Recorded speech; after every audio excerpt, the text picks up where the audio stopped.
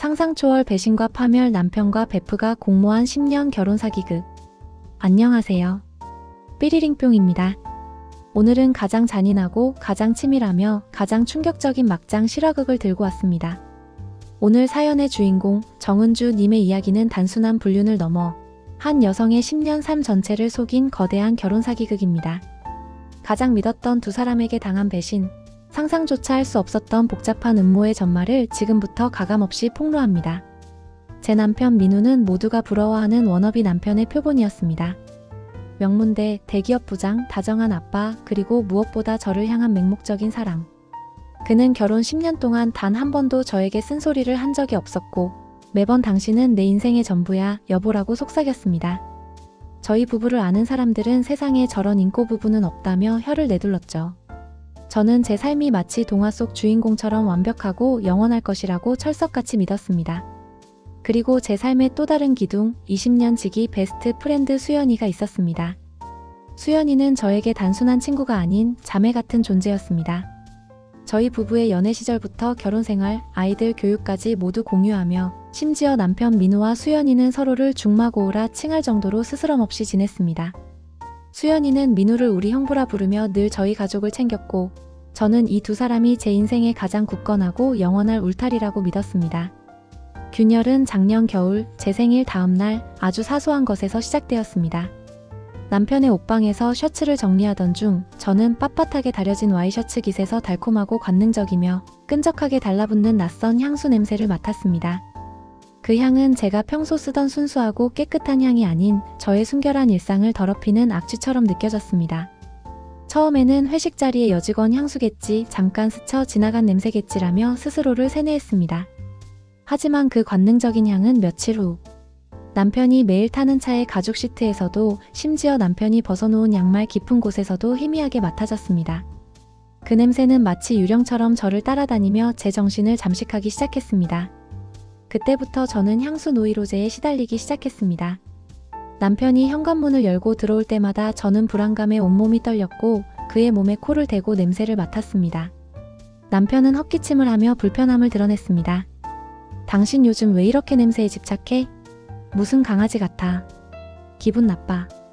남편은 차가운 눈으로 저를 조롱했고 저는 그냥 여보 체향이 좋아서라고 둘러대며 자존심을 짓밟았습니다. 남편의 눈빛에는 짜증과 함께 저를 향한 미세한 멸시가 가득했지만 저는 그때 진실을 확인하고 싶지 않아 애써 외면했습니다. 저는 이미 진실을 알고 있었지만 이 완벽한 가정이 무너지는 것이 두려워 침묵이라는 끔찍한 심리적 고문을 자처하고 있었습니다. 챕터 2. 남편의 이중생활은 더욱 대담해졌습니다. 그는 이제 휴대폰 잠금 패턴을 2시간마다 바꿨고 제가 비밀번호를 아는지 수시로 확인했습니다. 제가 잠든 깊은 밤 2시, 남편은 거실로 나가 귓속말로 1시간씩 길게 통화하는 모습을 종종 목격했습니다. 제가 발소리를 죽이고 나가면 그는 섬뜩할 정도로 서둘러 휴대폰을 숨기고 회사 일 때문에 급한 전화라고 변명했습니다. 그의 눈빛은 흔들렸지만 저는 그가 제 눈을 똑바로 쳐다보지 못하는 것에 작은 희열을 느꼈습니다. 그래, 너도 떳떳하지 못하구나. 너의 죄책감이 너를 갉아먹을 것이다. 가장 극적이고 잔인했던 순간은 20년 지기 베프 수연이와의 만남이었습니다. 어느 날 수연이가 저희 집에 점심을 먹으러 방문했는데 그녀는 평소 캐주얼한 옷차림과 달리 머리부터 발끝까지 짙은 화장과 함께 새로운 명품 가방을 들고 있었습니다. 그리고 결정적으로 그녀가 입고 온 니트 깃에서는 남편에게서 났던 바로 그 달콤하고 관능적인 향수 냄새가 너무나 강하게 풍겨왔습니다. 저는 그 자리에서 온몸에 피가 역류하는 듯한 충격을 받았지만 겉으로는 아무렇지 않은 척 심지어 밝게 웃어 보였습니다. 수연아, 너 요즘 좋은 일 있나 봐? 스타일이 확 바뀌었네. 명품백도 새로 샀네. 제가 애써 웃으며 묻자 수연이는 섬뜩할 만큼 얄미운 미소를 지었습니다. 너도 눈치챘구나? 요즘 나 아주 특별한 남자가 생겼거든. 나를 여자로 만들어주는 사람. 그 남자 취향에 맞춰봤지. 그녀는 제 남편의 존재를 너무나 잘 알면서도 제 눈을 똑바로 쳐다보며 저를 조롱하고 있었습니다. 그녀의 말 한마디 한마디는 비수가 되어 제 심장을 찔렀습니다. 제가 애써 웃음을 지우고 누군데? 너 나한테 비밀 같은 거 없잖아. 나한테도 좀 소개해줘라고 묻자 수연이는 테이블에 놓인 저희 부부의 행복했던 결혼 사진을 집어들더니 손가락으로 가리키며 말했습니다. 글쎄, 너한테는 말할 수 없는 아주 은밀하고 중요한 관계야. 너처럼 뻔한 남자 말고 인생을 통째로 바꿔줄 수 있는 능력 있는 남자. 이젠 그런 남자를 만나야지, 은주야. 그 순간 저는 수연이의 눈빛에서 승리감과 경멸을 동시에 읽었습니다. 그녀는 제가 그 사실을 알기를 바라면서 동시에 제가 진실을 말하지 못할 것을 알기에 저를 가지고 놀고 있었습니다. 저는 그 자리에서 숨이 막히는 역겨움을 느꼈습니다. 20년 우정은 이미 산산조각 났고 저는 그들의 잔인한 연극에 갇힌 소품이 되어버린 것입니다. 저는 즉시 그녀를 내보내야 했고 제 손이 닿지 않는 곳에서 복수를 계획해야만 했습니다. 챕터 3. 저는 더 이상 고통스러운 연극을 참고 볼 수 없었습니다. 그날 밤 잠든 아이들을 확인하고 저는 즉시 국내 최고의 사설 탐정 사무실을 찾아갔습니다. 탐정은 제 이야기를 듣더니 고개를 절레절레 저었습니다. 사모님, 이렇게 치밀한 케이스는 드뭅니다. 남편분과 베스트 프렌드. 단순히 감정이 통하는 불륜이 아닙니다. 10년 동안 공모한 범죄의 가능성이 높습니다. 뭔가 더 큰 공모가 의심됩니다. 저는 탐정에게 결혼 전 10년의 행적까지 모두 파헤쳐달라고 요구하며 남편의 통장과 수연이의 금융거래 내역까지 샅샅이 뒤져달라고 요청했습니다. 저는 더 이상 가정을 지키는 것에 미련이 없었습니다. 10년의 행복? 까짓것 다 날려버리고 너희 둘이 쌓아 올린 모든 것을 완벽하게 무너뜨리겠다. 저는 제 모든 것을 걸고 복수를 결심했습니다.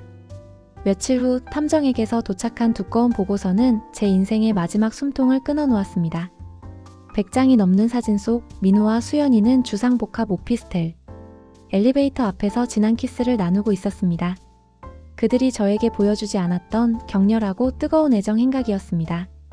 오피스텔은 저희 집에서 불과 10분 거리. 제가 아이들을 재우고 울고 있던 밤 그들은 저의 지척에서 부부처럼 살림을 차리고 있었습니다. 특히 한 사진에는 수연이가 민우에게 새로 산 고급 시계를 채워주는 모습이 담겨 있었는데 그 시계는 민우가 저에게 회사에서 주는 기념 시계라고 속였던 바로 그 시계였습니다. 가장 충격적인 보고서의 내용은 그들이 주고받은 문자 메시지와 통화 기록이었습니다. 민우는 수연이에게 곧 이 지긋지긋하고 가식적인 연극도 끝난다. 그때까지 착한 아내 역할 좀 잘 해줘라고 보냈고 수연이는 걱정 마. 내가 내 옆자리 영원히 비워둘게. 너랑 나 선일건설의 주인이 되는 날이 코앞이야. 은주 그 여자는 이제 눈치도 못 채는 바보야. 라고 답했습니다. 이들은 저를 도구로 사용하고 저의 감정을 가지고 놀았으며 저의 인격을 짓밟았던 것입니다.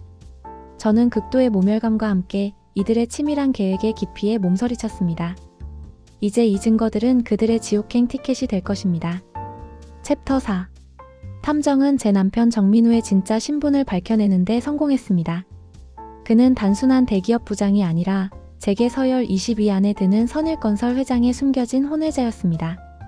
회장이 극심한 건강 악화로 쓰러지자 민우는 경영권 승계를 위해 오랫동안 치밀한 계획을 세워왔습니다. 그리고 그 계획의 가장 핵심적인 부분이 바로 정은주와의 결혼이었습니다. 민우가 저와 결혼한 이유는 두 가지였습니다. 첫째, 제 친정 아버지가 선일건설의 가장 규모가 큰 협력업체 사장이었기 때문입니다. 저와 결혼함으로써 그는 회장에게 가정을 사랑하는 안정적인 남자라는 이미지를 심어주는 동시에 장인어른의 회사 정보를 빼돌려 회장에게 충성심과 능력을 보여줬습니다. 둘째, 민우는 그의 어머니로부터 상속받은 비자금을 세탁하고 회계장부를 조작하는 과정에 저의 친정회사의 거래망을 이용했습니다.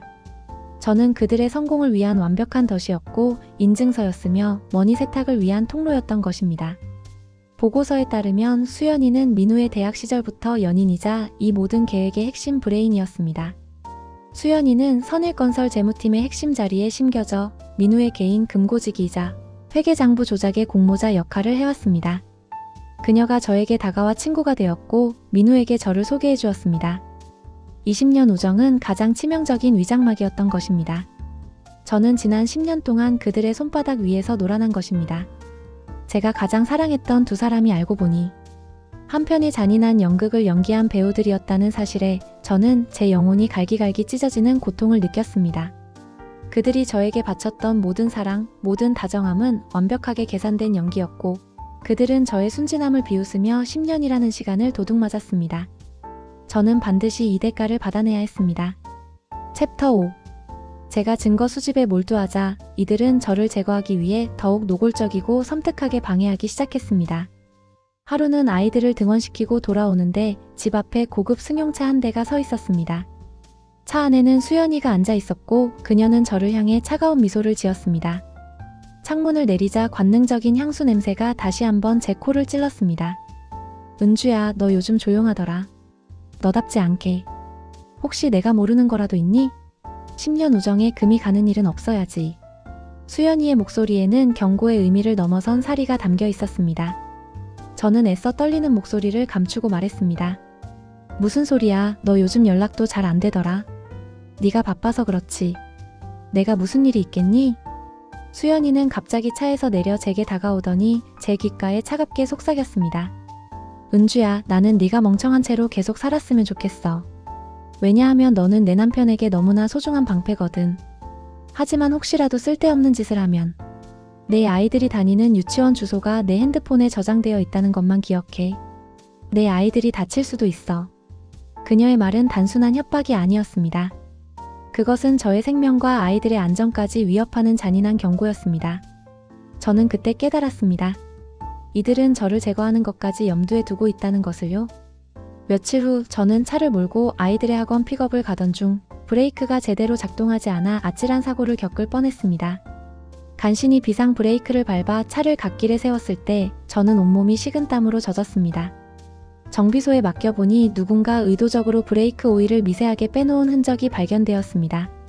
미세하게라는 말은 사고가 나도 단순한 기계 결함으로 위장될 수 있었다는 의미였습니다. 이것은 명백한 치밀한 살해 시도였습니다. 저는 이제 단순히 이혼하는 것을 넘어 이들을 세상에서 완벽하게 매장시켜야만 했습니다. 저의 복수 계획은 생존 계획으로 격상되었고 저는 더 이상 지체할 수 없었습니다. 챕터 6. 저는 민우가 회장의 병문안을 위해 지방으로 내려간 틈을 타 수연이의 비밀 오피스텔에 마지막으로 침투하기로 결정했습니다. 이번 침투는 생명을 건 작전이었습니다. 저는 만약을 대비해 작은 녹음기를 숨기고 증거 확보를 위해 방진 장갑까지 착용했습니다. 오피스텔 문을 열고 들어섰을 때 저는 충격적인 광경을 목격했습니다.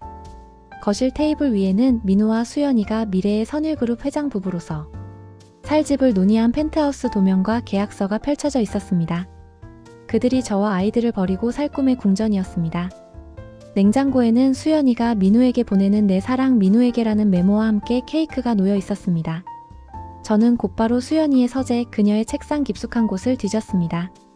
그리고 이중 잠금 장치가 되어 있는 벽면 금고를 발견했습니다. 저는 이미 탐정을 통해 금고, 비밀번호 민우와 수연이의 첫 만남 기념일을 확보한 상태였습니다.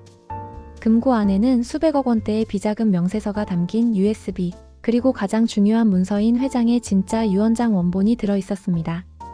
유언장에는 민우가 아닌 회장의 외동딸에게 경영권이 돌아가도록 명시되어 있었습니다. 민우와 수연이는 이 유언장을 위조하여 자신들의 것으로 만들려 했던 것입니다. 이들은 단순히 불륜이 아니라 재산을 강탈하려 한 특정 경제범죄 가중처벌 대상이었던 것입니다. 저는 모든 증거 자료 USB, 유언장 사본, 계약서, 그들의 음성 녹취 파일을 확보했습니다. 오피스텔을 나오기 전 저는 거실의 최고급 가죽 소파 위에 저희 부부의 행복했던 결혼사진을 조용히 올려놓고 나왔습니다. 그것은 나는 너희들의 모든 것을 알고 있다. 너희의 모든 것을 가져가겠다는 저의 마지막 경고였습니다. 저는 그들의 왕자를 부수러 가는 여왕이었습니다. 챕터 7. 복수의 D-Day, 선일건설 부회장 취임식이 하루 앞으로 다가왔습니다. 저는 그날 밤 세상에서 가장 완벽하고 순진한 아내의 연기를 펼쳤습니다. 저는 남편 민우를 위해 그가 가장 좋아하는 최고급 양주와 직접 구운 스테이크를 준비했습니다. 식탁에는 촛불까지 켜서 완벽한 기념일 분위기를 연출했습니다. 여보, 내일 드디어 당신 꿈이 이루어지는 날이네. 10년 동안 얼마나 고생했어. 당신의 성공을 위해 내가 얼마나 기도했는지 몰라. 저는 눈물을 글썽이며 말했고 민우는 저의 연기에 완전히 속아 넘어갔습니다. 민우는 위스키를 연거푸 마시며 승리에 도취된 목소리로 말했습니다. 고맙다, 은주야. 당신 덕분에 내가 여기까지 올 수 있었어. 당신이 묵묵히 내 옆을 지켜준 덕분이야. 이제 나는 더 높은 곳으로 간다. 당신은 내 아내로서 그 부와 명예를 누릴 자격이 있어. 내일부터는 더 당당하게 살아. 그의 말 속에는 저에 대한 진정한 사랑이 아닌 내가 너를 그 자리에 앉혀줄 테니 감사해라는 오만과 경멸이 가득했습니다. 그는 제가 평생 자신의 도구였다는 사실을 꿈에도 모르는 듯 했습니다. 저는 잔을 들고 떨리는 손을 감춘 채 말했습니다. 여보, 당신의 성공을 위해 건배. 그리고는 제가 그의 입술에 길게 입을 맞추었습니다. 그 역겨운 입술에 마지막으로 키스를 하면서 저는 속으로 되뇌었습니다. 내일 내가 당신이 선 모든 자리에서 당신을 끌어내려 줄게. 당신이 탐했던 그 모든 부와 명예, 그리고 당신의 인생 전체를 내 아이들의 몫으로 돌려놓을 거야. 그날 밤 민우는 승리의 달콤함에 취해 깊은 잠에 빠졌지만 저는 차가운 눈으로 밤새 그의 얼굴을 응시하며 복수의 시나리오, 파멸의 시나리오를 완성했습니다. 새벽이 오기만을 기다렸습니다. 챕터 8. 다음 날 선일건설 부회장 취임식은 국내 주요 언론사가 모두 참석한 가운데 TV 생중계까지 되는 대규모 행사였습니다.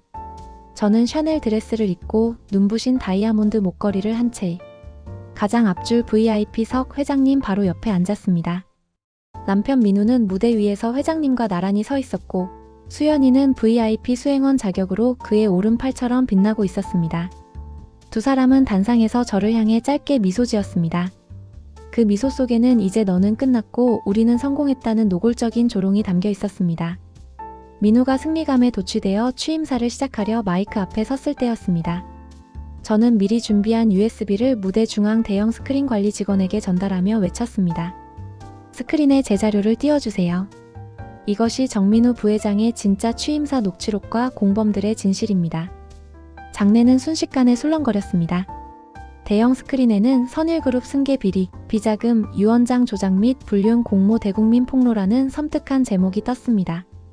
첫 번째로 흘러나온 것은 민우와 수연이가 오피스텔에서 나눈 저를 조롱하는 내용이 담긴 녹취 파일이었습니다.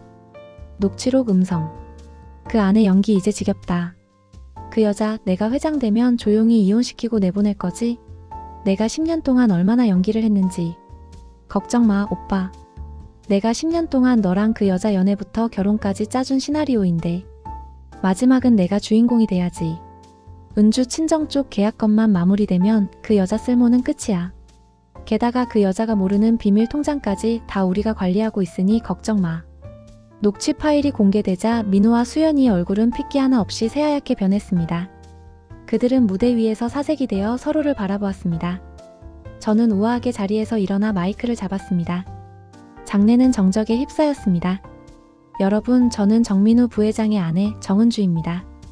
그리고 방금 들으신 것처럼 저는 지난 10년 동안 저의 남편과 저의 베스트 프렌드가 공모한 치밀하고 잔인한 결혼 사기극의 희생양이었습니다.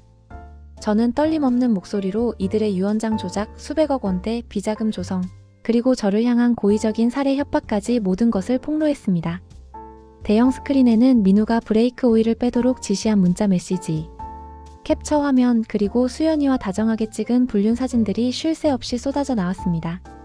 민우는 무대에서 아니야. 저 여자가 미쳤다. 라고 소리치며 저에게 달려들려 했지만 이미 대기하고 있던 수십 명의 검찰 수사관들이 그를 제지했습니다. 수연이는 충격으로 그 자리에서 무너져 주저앉아버렸습니다. 저는 수갑이 채워져 끌려나가는 민우의 눈을 똑바로 응시하며 마지막 말을 던졌습니다. 당신이 탐했던 그 모든 부와 명예, 이제 당신의 것이 아니에요. 당신이 저에게 준 10년의 지옥, 그 대가를 법정에서 최고로 무겁게 치르세요. 그리고 그 모든 재산은 내 아이들의 몫이 될 거예요. 그들의 왕좌는 무너졌고 저는 10년 만에 진정한 해방감과 복수의 통쾌함을 느꼈습니다. 마지막 챕터. 그날의 폭로와 생중계는 전 국민적인 충격을 안겼습니다. 선일건설은 창사 이래 최대의 위기에 처했고 민우와 수연이는 즉각 구속되어 실형을 선고받았습니다. 특히 살해 미수 혐의까지 적용되어 그들의 형량은 상상을 초월했으며 재판 과정 내내 그들의 추악한 실체가 낱낱이 공개되었습니다. 그들이 10년 동안 쌓아 올린 모든 것은 한순간에 무너졌고 세상의 가장 밑바닥으로 추락했습니다. 저는 이혼 소송과 함께 위자료 및 손해배상 소송을 제기했습니다. 남편의 재산 은닉과 비리 증거는 제가 완벽하게 확보했기 때문에 저는 민우의 재산, 전부 비자금 포함하 선일건설 회장으로부터의 막대한 보상금까지 받아낼 수 있었습니다. 10년 동안의 고통과 배신은 상상할 수 없는 규모의 경제적 보상으로 돌아왔습니다. 저는 그들의 파멸을 통해 재벌가보다 더 큰 부를 얻게 되었고, 아이들에게는 완벽하게 안전하고 풍요로운 미래를 선사할 수 있게 되었습니다. 저는 이제 강인하고 당당한 싱글맘으로 살고 있습니다. 제 경험은 이 세상의 모든 은주씨들에게 용기가 되기를 바랍니다. 배신당했을 때 울기만 하는 약자가 되지 마세요. 가장 차갑고 치밀한 복수만이 당신의 인생을 되찾고 진정한 정의를 실현할 수 있습니다. 네, 오늘 준비한 충격적인 이야기는 여기까지입니다. 정말 가슴 아프면서도 통쾌한 사연이었는데요. 여러분의 생각은 어떠신가요? 그녀의 복수 방식이 옳았는지에 대한 여러분의 솔직한 의견도 궁금합니다. 구독과 좋아요를 눌러주시고 오늘 사연에 대한 여러분의 솔직한 감상과 통쾌한 의견을 댓글로 남겨주세요. 저는 다음에도 더욱 충격적이고 흥미진진한 사연을 가지고 다시 돌아오겠습니다. 시청해주셔서 감사합니다.